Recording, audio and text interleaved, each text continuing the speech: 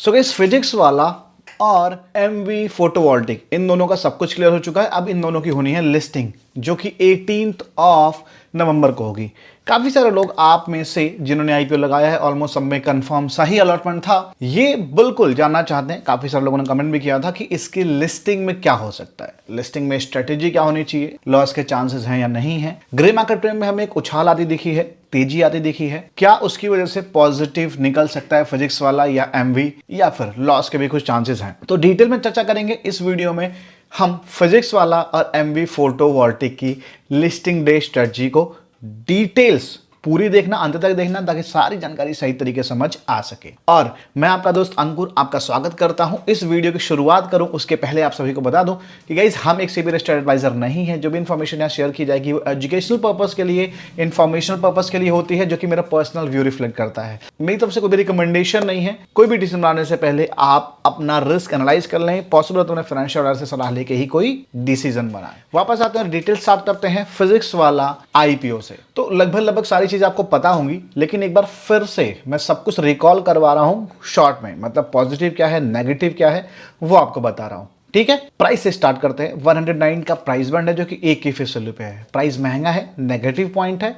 3480 करोड़ का, यानी 3480 करोड़ का साइज रखा गया है, जिसमें 31 करोड़ का फ्रेश इशू था, बाकी 380 करोड़ का सिर्फ OFS था। साइज बढ़िया है और फ्री फ्लोट मार्केट में अच्छा खासा होगा। इसमें भी बढ़िया बात यह है कि फ्रेश इशू मेजर पार्ट था, यानी कि ये एक पॉजिटिव बात रही। बिजनेस की बात करें तो इसका जो बिजनेस है वो एजुकेशन बिजनेस में है, बहुत ही बढ़िया बिजनेस है।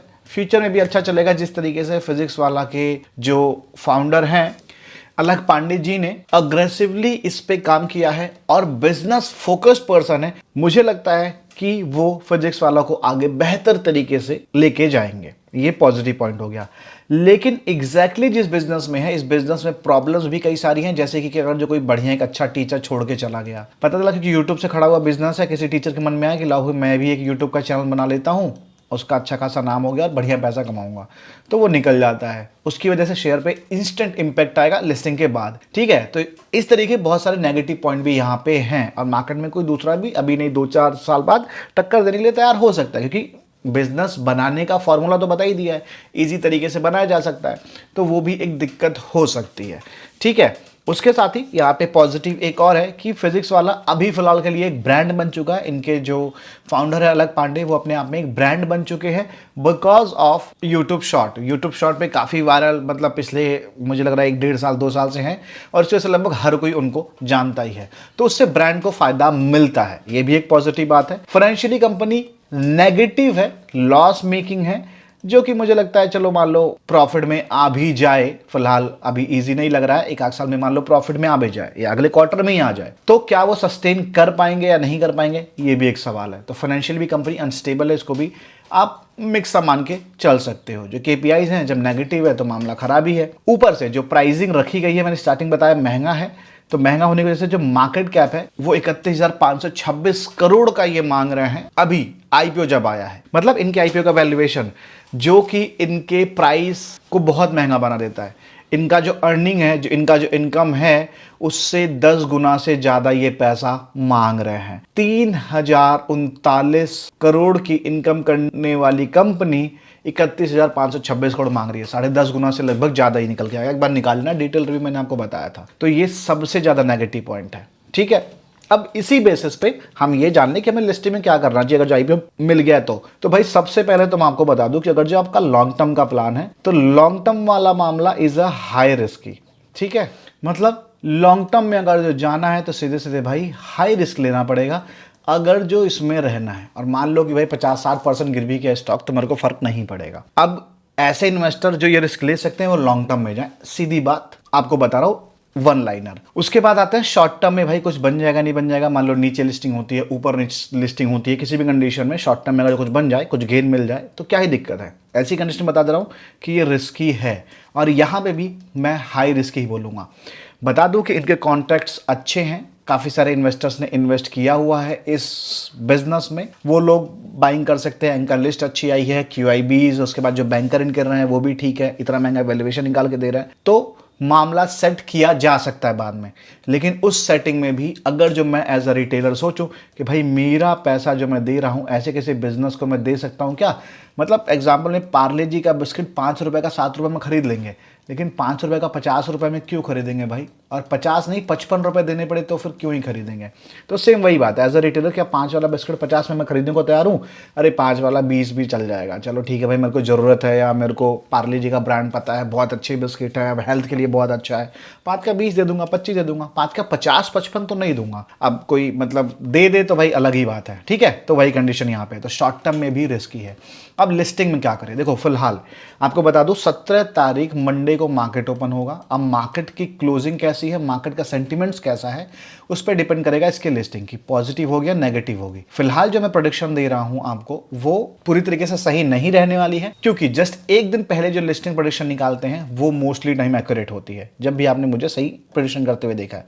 तो 17 को अगर जो आप बोलोगे कमेंट सेक्शन में तो मैं एक अलग से वीडियो बना दूंगा, लेकिन फिलहाल आपको बस अभी फॉर्मल सा बता दे रहा हूं कि लिस्टिंग की जो एक्सपेक्टेशन है फिलहाल वो ज्यादा से ज्यादा 5-7% तक पॉजिटिव के हैं, ठीक है। मोस्टली जो चांसेस हैं वो कॉस्ट टू कॉस्ट 1-2% ऊपर 1-2% नीचे के हैं, और अगर जो नेगेटिव साइड देखें तो मुझे लग रहा है 5 से 10% नेगेटिव साइड के भी चांसेस हैं अभी जो फिलहाल माहौल चल रहा है।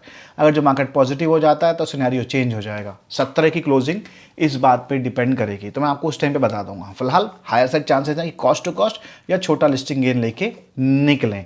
अब ऐसी कंडीशन में वो लोग भी होंगे भाई मैंने तो बस लिस्टिंग गेन लगाया था, मेरे को शॉर्ट टर्म में भी नहीं परेशान होना है, मेरे को मतलब कुछ ऐसा ज़्यादा लोचा नहीं चाहिए। उस कंडीशन में क्या किया जाए, उस कंडीशन में आपको अपने कैपिटल को पूरी तरीके से निकाल लेना चाहिए, एग्जिट कर जाना चाहिए सीधे सीधे। अगर जो छोटा मोटा गेन मिल रहा है तो, या मान लो छोटा मोटा लॉस भी मिल रहा है तो कैपिटल निकाल रही है, दूसरे आईपीओ में देखेंगे भाई, नहीं फंसना हमें, सीधी सी बात है। अगर जो आपको प्ले करना है मतलब थोड़ा बहुत रिस्क ले सकते हो तो आप 50 to 70% अपना कॉस्ट टू कॉस्ट या थोड़े से प्रॉफिट के साथ निकाल सकते हो। बाकी बचे हुए 30% पे लिस्टिंग जहां भी होगी वहां से करीब 8 से 9% का एसएल लेके आप बैठ सकते हो। अगर जो इस 8 से 9% के एसएल को हिट करता है मतलब डाउन जाता है लिस्टिंग के बाद भी तो फिर एग्जिट, नहीं तो फिर बैठ सकते हो। अगर जो ऊपर जाता है बाइंग आती है तो आपका जो भी 30% या 50% होल्ड रखोगे उसको बुक कर सकते हो। सेम यही स्ट्रेटेजी, इससे ज़्यादा मुझे तो फिलहाल इस आईपीओ में समझ नहीं आ रहा है, ठीक है। मैंने आपको सारा सिनेरियो बता दिया, आप बोलोगे कमेंट करोगे तो 17 को एक वीडियो में दे दूंगा एग्जैक्टली लिस्टिंग वाली।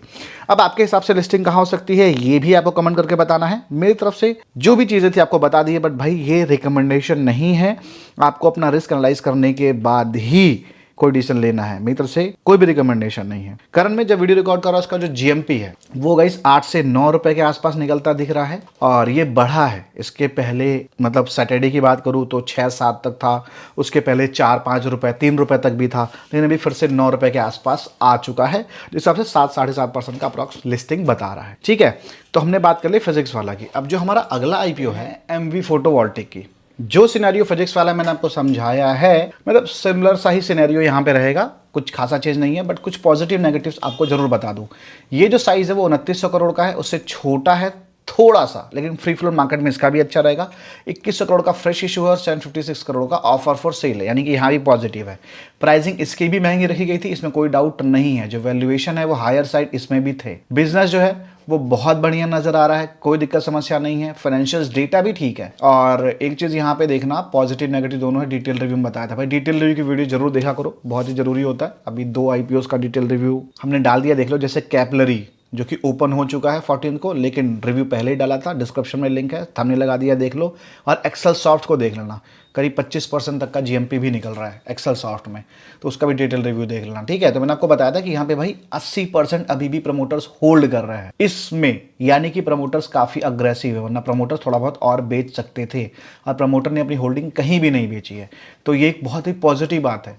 दूसरी बात यहाँ पे जो नेगेटिव है उसमें ये है कि भाई 80% की होल्डिंग रख नहीं सकते, 3 साल के अंदर इनको 75% के नीचे लाना होगा, तो 5% जब भी बेचेंगे तो प्राइस में फ्लक्चुएशन होगा। तो ये पॉजिटिव ज्यादा है, नेगेटिव कम है, लेकिन इस चीज को भी माइंड में रख के चलना है, ठीक है। बिजनेस ठीक है, फाइनेंशियल डेटा ठीक है, बस जो दिक्कत हुई है वैल्यूएशन की हुई है, मतलब महंगा वैल्यूएशन ये लेके आए हैं, प्राइसिंग महंगी लेके आए हैं।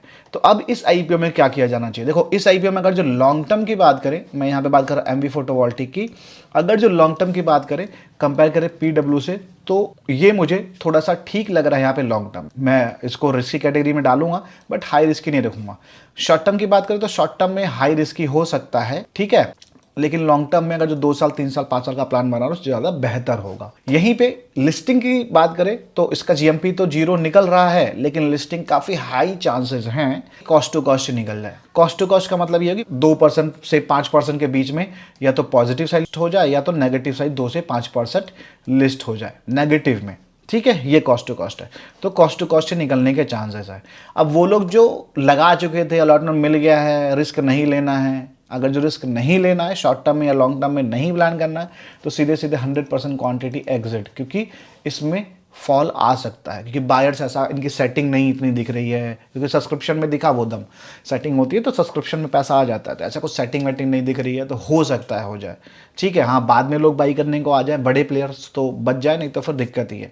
या फिर इसमें आप 50 से 70 नहीं, सीधे 70 से 80% बुक करके 20% पे प्ले कर सकते हो, और इस आईपीओ में 10 से 11% का एसएल फॉलो कर सकते हो, ठीक है। पार्शियली बुक करके इसमें पार्शियली बैठ सकते हो, लेकिन इसमें क्वांटिटी ज़्यादा बुक कर लेना। जीएमपी 0 मैंने आपको बता ही दिया है। तो एमवी, फोटोवोल्टिक, फिजिक्स वाला दोनों का मैंने बता दिया है। दी हुई जानकारी आपको कैसे लगी कमेंट में को बताना। दोनों की लिस्टिंग आपके हिसाब से कहाँ हो सकती है बताना, और एग्जैक्ट लिस्टिंग वाली प्रेडिक्शन आपको चाहिए तो 17 की इवनिंग में मिलेगी, बट कमेंट करके बताना कि आपको चाहिए कि नहीं चाहिए, वरना फालतू में वीडियो बनाने का ही मतलब। और जो रिव्यू की वीडियो बताई है देख लेना, सब्सक्राइब करना मत भूलना। मिलता है अगली वीडियो में, बाय बाय, टेक केयर।